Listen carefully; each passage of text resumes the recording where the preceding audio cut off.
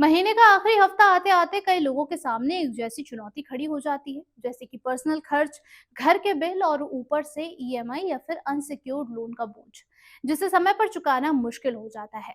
यही दिक्कत इन दिनों ना सिर्फ आम लोगों के लिए बल्कि देश के बैंकिंग सेक्टर और छोटे कारोबारियों के लिए भी बड़ी चिंता का विषय बन चुका है।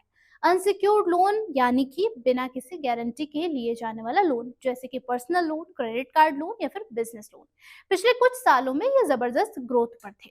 बैंक और एनबीएफसीज ने भी इन्हें तेजी से बांटा, पर अब हालात पलटने लगे हैं। लोग समय पर किश्त नहीं चुका पा रहे हैं, जिससे बैंकों और फाइनेंशियल सिस्टम पर दबाव बढ़ रहा है। डेटा बताता है कि कुछ सालों पहले जहां सिर्फ 0.2% पर्सनल लोन ऐसे थे जिनकी ईएमआई 90 दिन से ज्यादा लेट थी, वहीं मार्च 2025 तक ये जो आंकड़ा है वो बढ़कर 3.6% तक पहुंच चुका है। खासतौर पर टीयर 3 शहरों, ग्रामीण इलाकों और युवाओं में ये डिफॉल्ट रेट सबसे ज्यादा तेजी से बढ़ा है। छोटे छोटे लोन और कभी कभी 10,000 से भी के कम के लोन जो हैं वो लिए जा रहे हैं, और ये जो लोन है वो बहुत बार बिना किसी सचेत फाइनेंशियल प्लानिंग के लिए जा रहे हैं। जानकारों का कहना है कि युवा, खास तौर पर पहली बार लोन लेने वाले लोगों में डिफॉल्ट का जो रेट है वो तेजी से बढ़ रहा है।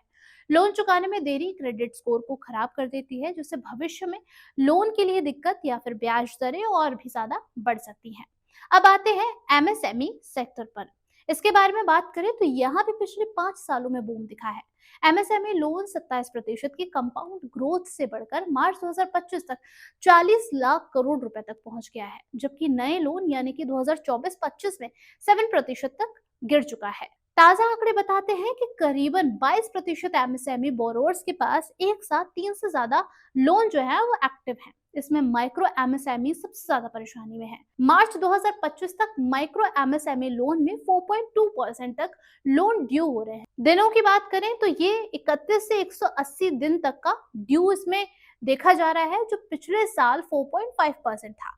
हालांकि इस सेक्टर में लंबे समय में सुधार भी देखा गया है। एमएसएमई में एनपीए रेट 2020 में 11% से गिरकर मार्च 2025 में 3.6% पर आ चुका है।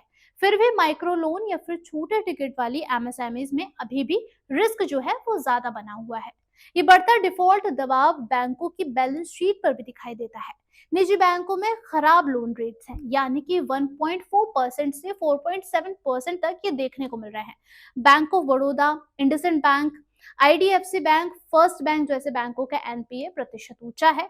फाइनेंशियल एक्सपर्ट्स और ब्रोकरेज की रिपोर्ट्स मानती है कि एमएसएमई और ऑटो वाहन लोन में आगे और भी ज्यादा दबाव रह सकता है।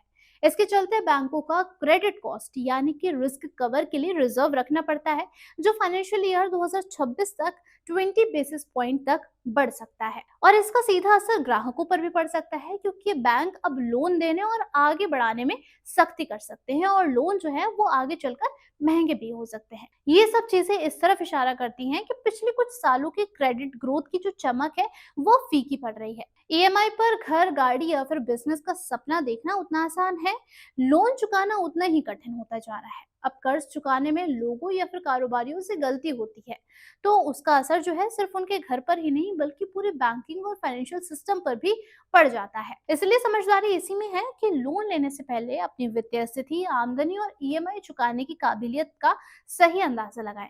आज की हकीकत ये है कि लोन तो आसानी से मिल जाता है, मगर उसका बोझ उठाना अब आसान बिल्कुल नहीं है, और यही वजह है कि आज बैंकिंग सेक्टर और छोटे कारोबार दोनों के लिए डिफॉल्ट सबसे बड़ी चुनौती बन चुका है।